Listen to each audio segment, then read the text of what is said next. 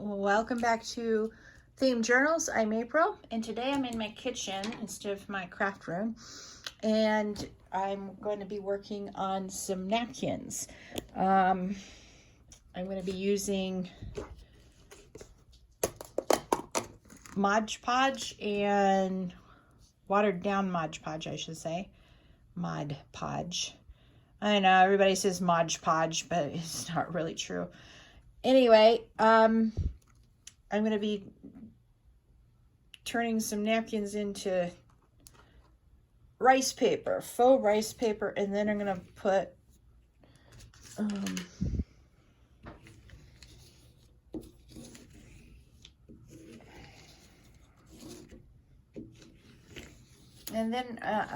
put it on fabric. So it's a two-step process, really. I'll try not to hit my camera stand. I have a new camera holder, and we'll see how it does. It's got a little longer reach than my other tripod. I have a little mini tripod, and it doesn't allow me to turn my camera sideways. Anyway, so what I'm working on is my summer journals, as you know, and what I've done prior to this was I glued two small little napkins together after taking them apart. So let's see what we've got here. Oh. Now I'm going to put it upside down and on top of my glue, because if you look at, if you look at the, oh boy, I'm really rocking the camera. I'm so sorry. The tarp that I have across my table has beautiful little cross threads on it, and so it will,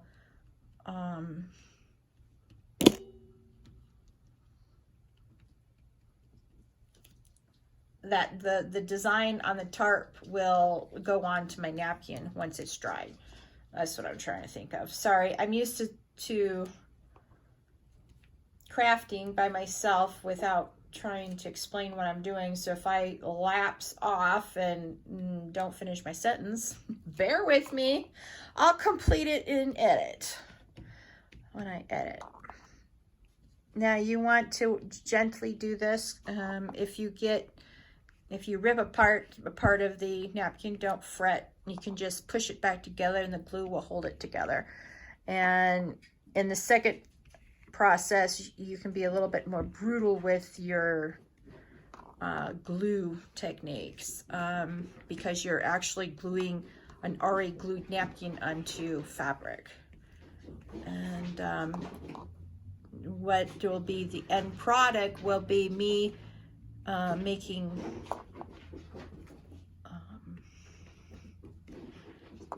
writing board envelopes. That's what this final product will be. Just so you can see, I brought out a finished one. This napkin I did earlier, isn't it beautiful? And then you can see the back, it's fabric. I probably need to redo it because I see I missed a bunch of fabric gluing it down, so I'll probably redo this one. All right, so, oops. My tripod is attached to the back of my chair. I don't think that's going to work very well, but unfortunately I couldn't put it on my table because my table has a little lip and the tripod stand needs a thicker edge to come across. So anyway, still a work in progress, I'm afraid.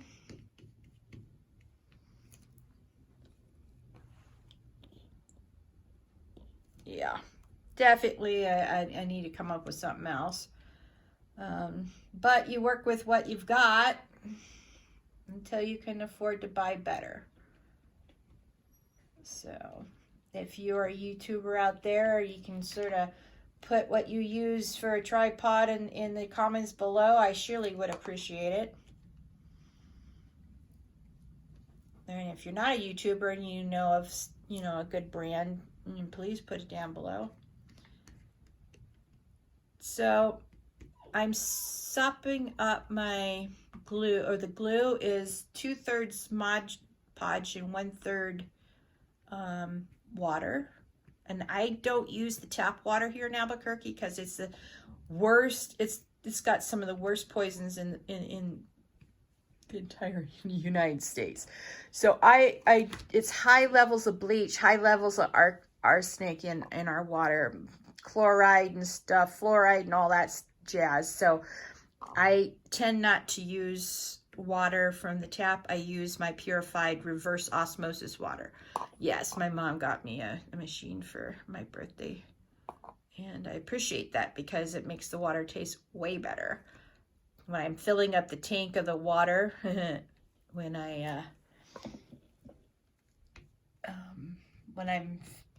go from the tap into the proper tank for use in to go through the reverse osmosis. Sometimes in the directions say use cold water. Sometimes I'll feel hot on the back of my hand. I'm like, why is this hot? I put my hand in the water and the water's cold. The only conclusion I can come to that there's so many nasty things in our water that the water comes out of the tap chemically hot. It's the only thing that makes sense to me.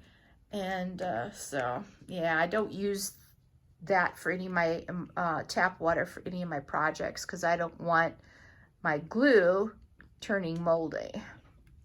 I don't know if glue does that, but you know, I don't want to take any chances. Or for the chemicals, now if it doesn't go moldy, then the chemicals might, what do you call it? The chemicals may change the composition of the glue and the ability to use it and glue it, if that makes sense. Okay, so what I do is I sort of take the edges now and pull them in like this, so that it's easy to come up.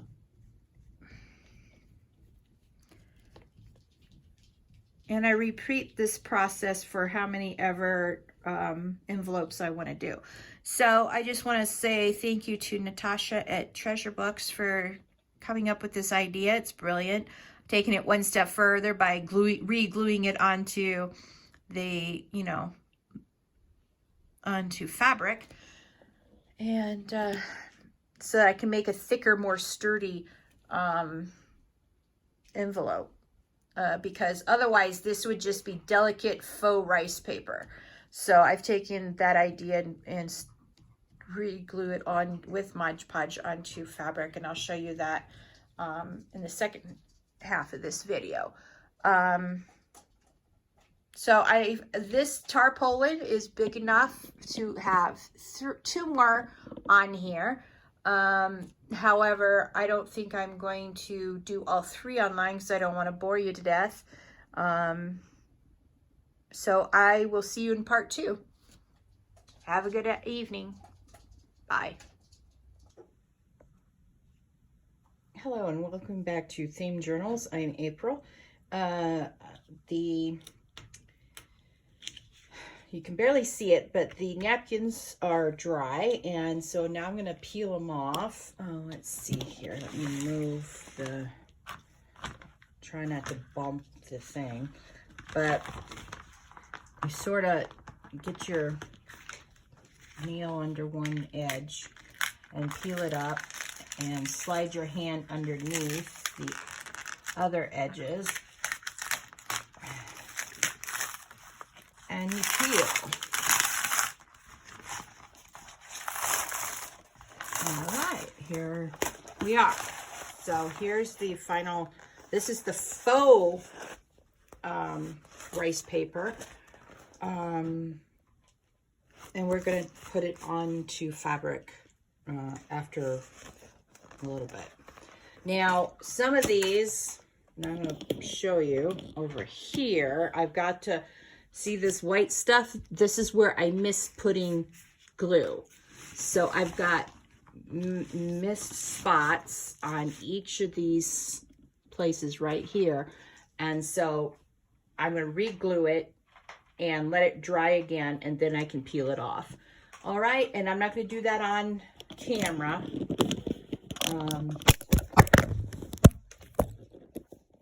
Okay, well, that's that. I hate my tripods. I've got to invest in a decent tripod for you guys. Sorry about that. I'll edit that out. But yeah, all these white spots I'm going to absolutely re-glue. And if you look really close, let me see if I can zoom in. See how pretty the design is? You can see the design on that. It's transferred to the faux rice paper. And it's quite pretty. And so that's just a little extra bonus for using the tarp. All right, well, that's the update on the faux rice paper right now. Have a great day. Bye. Hello, welcome back to Theme Journals. I'm April, and tonight we're going to try to finish up another series that I've been working on for the last month or so. I don't know if you remember this, but my faux rice paper. Now this is too thin because these rice papers will stick together and eventually tear. So what I did was I re-glued this. As you can see, I still have bubbles on it. So because I have bubbles in it, and it doesn't really matter at this point that it has bubbles on it, I'm going to sew all the way on all four sides of this. So that's what it's going to look like when it's done. But we're going to do these ones with a lot thicker ModPodge. All right, so I am going to show you the first step. Now have your tarp ready. It's not quite, I'm not quite ready for that, but do have it ready. Okay, then the next thing you're going to need is a pair of scissors. Let me show you what I've got. I've got this brand name, and I had 3 pairs of scissors in here. This is my fabric and my fabric only scissors. So I get those out only for fabric. So you'll know for next time when you see these that they're for fabric. Now what you're going to need is a calico or muslin, whatever you call it in your country. If you have long strips of calico like this, just cut them off so you have one big sheet and you don't have to worry about that trailing after you as you try to deal with the bigger sheet of calico. All right, now find the end that you want to continue cutting on.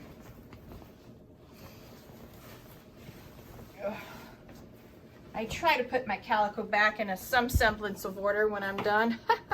Yeah, okay. All right. So it looks like I should have cut it off here instead. Let's see.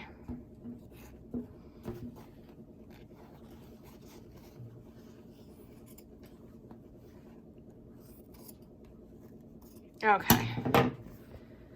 Now, excuse me, I've got sinus problems tonight. Okay, now you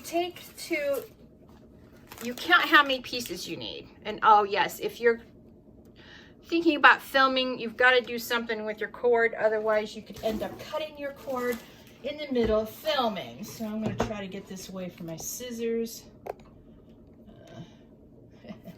Won't this be fun? Okay, I think that'll work. So I have 1, 2, 3, 4, and 5. I have 5 of these. So, and I found the one I want to do with you tonight. See that? Has a hole in it. And remember I told you it didn't really matter if it had a hole? Well, here's why it doesn't matter on this thing that it has a hole. Yeah, ideally you don't want it to have a hole, but you know, things happen. So, since this is an uneven edge, I'm just going to leave it like that, and then I'm going to cut from this side. You want to have about 1/8 of an inch from the edge so that your glue can soak into the muslin. Okay, so I would say about like that on all sides, and you just cut it out Again, you don't want a lot of excess on this. You just want to cut it around as best you can, because obviously mine's very crooked. All right. Now, after you cut out, you get your template, which is your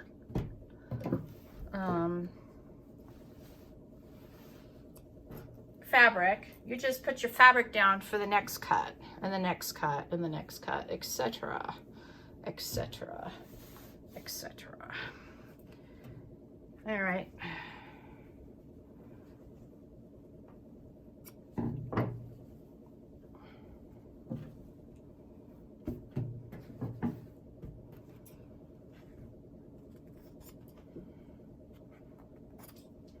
Okay, I'm trying to cut and screen, but all right.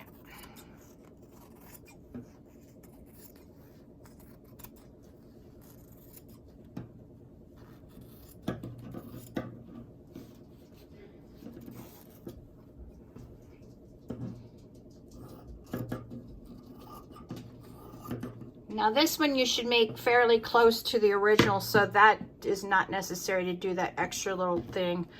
So you don't want to copy off the too big of a one now, because you'll be doing trimming once you're, you know, done with all the steps. This is just the next step in the process. There, that'll do. Now my muslin's old, and so it's got a yellow thing going on the side of it. I don't know if you can see that right here. It's yellow here. That's just the way the cookie crumbles with old fabric. And for this particular usage of this muslin, it's okay. You don't need it.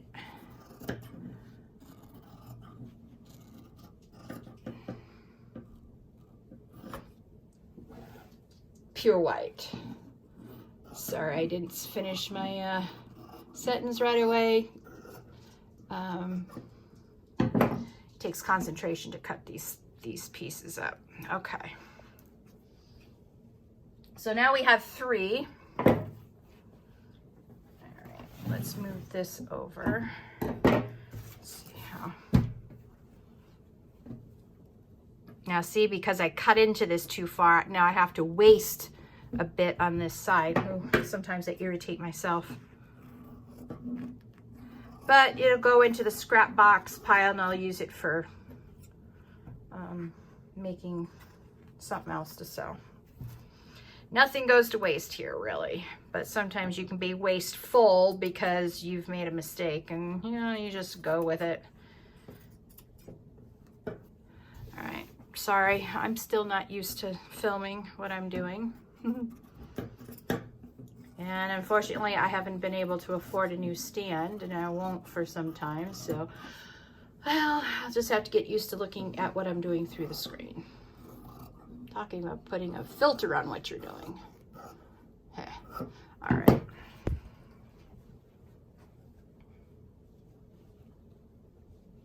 Okay, that's 4, and we said we needed 5, I believe. 1, 2, 3, 4. 1, 2, 3, 4. Yeah, 5. Yeah, I'm forgetful.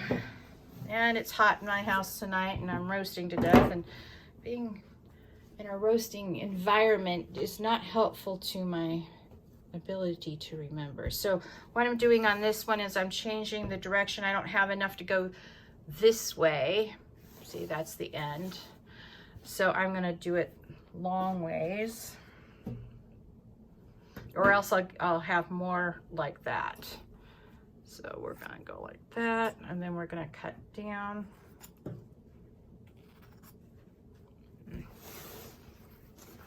I just said I'd try to keep it in screen, and what did I do? Go hacking it off. All right.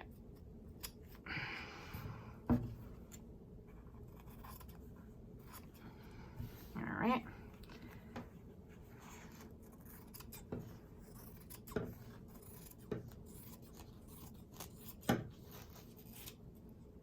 All right, now let's try this again.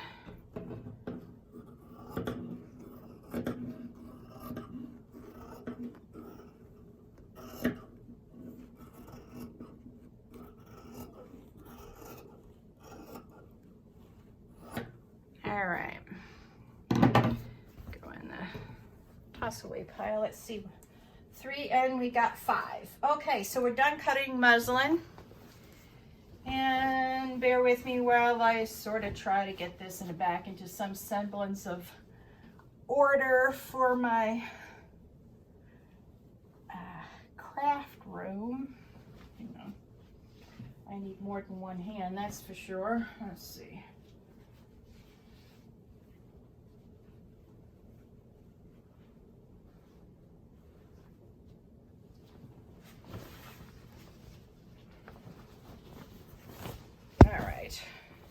Well, easier way is to use the table to help fold this up. As you can see, there's pre-folded lines in this. I really would rather not have any more lines if possible in it. Although that too doesn't really matter because you'll end up stretching the creases of the fabric out, regardless of how you use it and what you use it for. All right, that's good enough. Put it over here on a pile. All right, now, this is where your tarp comes in. Let me take those back to my room. And I'm gonna put away I don't leave these out with my regular scissors or else I will eventually end up using them for paper and I'll just make myself mad. So to avoid that, I put my scissors right back in the box. Okay. Now, let's see here.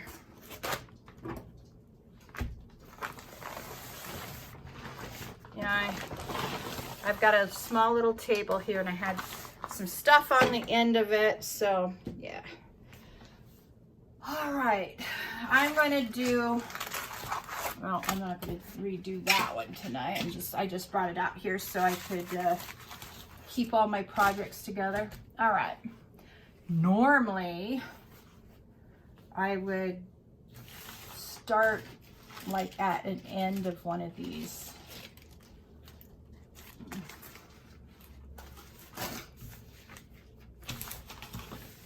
Well, maybe I still can. Hang on. I have an idea. Every once in a while, I have a good idea. All right.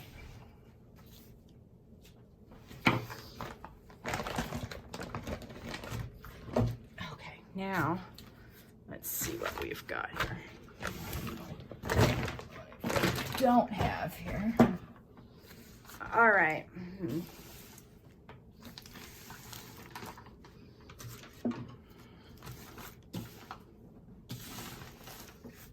All right, now I've got one corner to work on, and that means that after I'm done videotaping this portion of the video, I can go and pull it back on the tarp back onto the table, and I can do 3 more at a time. Okay, so I have my ModPodge. I did some more ModPodge before I started the video. I just have to stir it up because the water's on top and making a insane mess everywhere.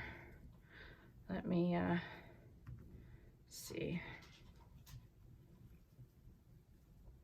All right, so the idea is the same as before. You just pour some out on the fabric instead of a napkin, and you really want to saturate this this muslin with this. You want it sopping wet, because what you're going to do is you're going to reconstitute the glue on the faux rice paper, and then you're going to put more glue on to the faux rice paper to adhere it to the fabric. And let me tell you something, you do not want to get any water near any of your, hang on, I've got to go get a napkin.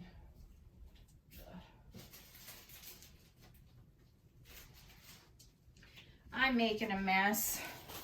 Okay. You don't want to get water anywhere near your faux paper because it will reconstitute the glue and it will seep everywhere. So the idea is just to saturate this muslin or calico, whichever one you want to call it. It's the same thing. And as soon as you do that, then you apply the faux rice paper to the top, and then you do another layer of the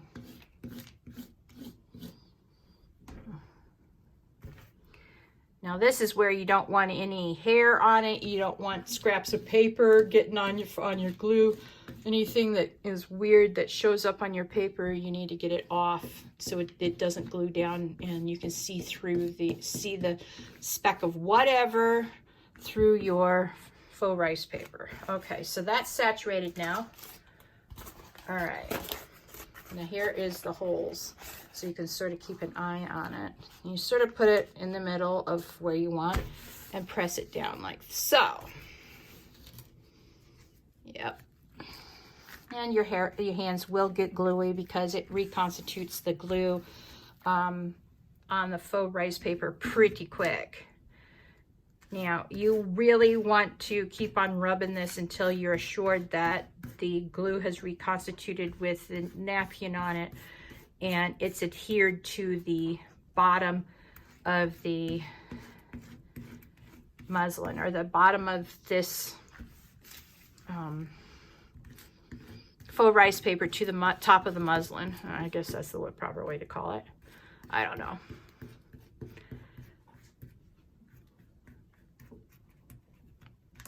And I know this is a long, laborious step, but this makes the paper so much stronger than what the faux rice paper was before I used it. And I think it's a really pretty way to use napkins. And it makes a really super nice envelope.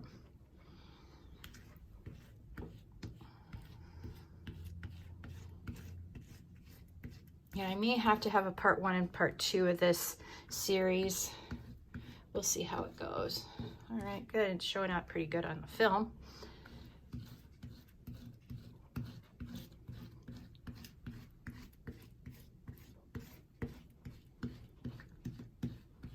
And again, you want to brush this way and that way and up and down. Oh yeah, I haven't tried my new pieces of my new what I thought I'd use for glue, my new brushes. I might just end up buying a new pack of these. These were $10, you know, paint brushes for like 16 or 25 paint brushes, but this one just happened to be my favorite in the bunch. So I'm sure they don't sell them that big anymore with all the inflation and whatnot, so I'm not anxious to go out and find another brush that I like to just ruin it again in glue. So, anyway. All right, there we have it. And you just want, if you don't think it's going down right, you can just dip your gluey thing, brush underneath the paper. The funny noises you hear in the background is my masked bandit. He is chewing on his bone. He's a voracious chewer. I had to laugh at my mom. She goes, well, usually dogs chew when they're bored. And I says, well, this little boy has been bored since he's been born then, because all he does is chew and ruin stuff. Anyway, so I get him this big dog bone. It's about can't see my hands. All right, here's my hands. It's about 2 feet, and the ends of each bone are about that wide. Those big dog bones in the center is like that big. Yeah, that's what he's chewing on. He's halfway through the thing. He's only had it for 3 months. Here, let me show you the other one I got for him. It's the same one he's chewing on. So you can see, look at how big this monster thing is. And it only took him 3 months to get to where the ribbon is. So yeah. generous doggy, and he shares with all his friends. So his friends come over and chew on it too. So, but he gets mad at him. And last time his friend Sophie came over, she had a bone with her, and he got mad at her and took her bone, ran into his crate, tucked it under his little doggy bed, and sat on top of it and growled at her. I heard him doing that during Thanksgiving, and I didn't think anything of it because Sophie came back into the kitchen for food. Excuse me. Excuse me. Oh, told you I had sinuses this evening. Anyway, and so afterwards, after everyone left from Thanksgiving, I see him going into his crate and digging in there. I'm like, what are you doing? And so I watch him, and he digs out the bone from underneath his little dog bed, and he brings out into the, quite proud of himself, and brings that into the middle of the living room and starts chewing on it. I was like, you little thief. Now you owe Sophie a bone. And I told Sophie's mom, my friend Linda, and she just laughed, says, for all the times he let Sophie chew on his bone, he can have it. So little thief got away with it. All right, now that looks pretty good. I'm really happy with that now. Let me, let's see.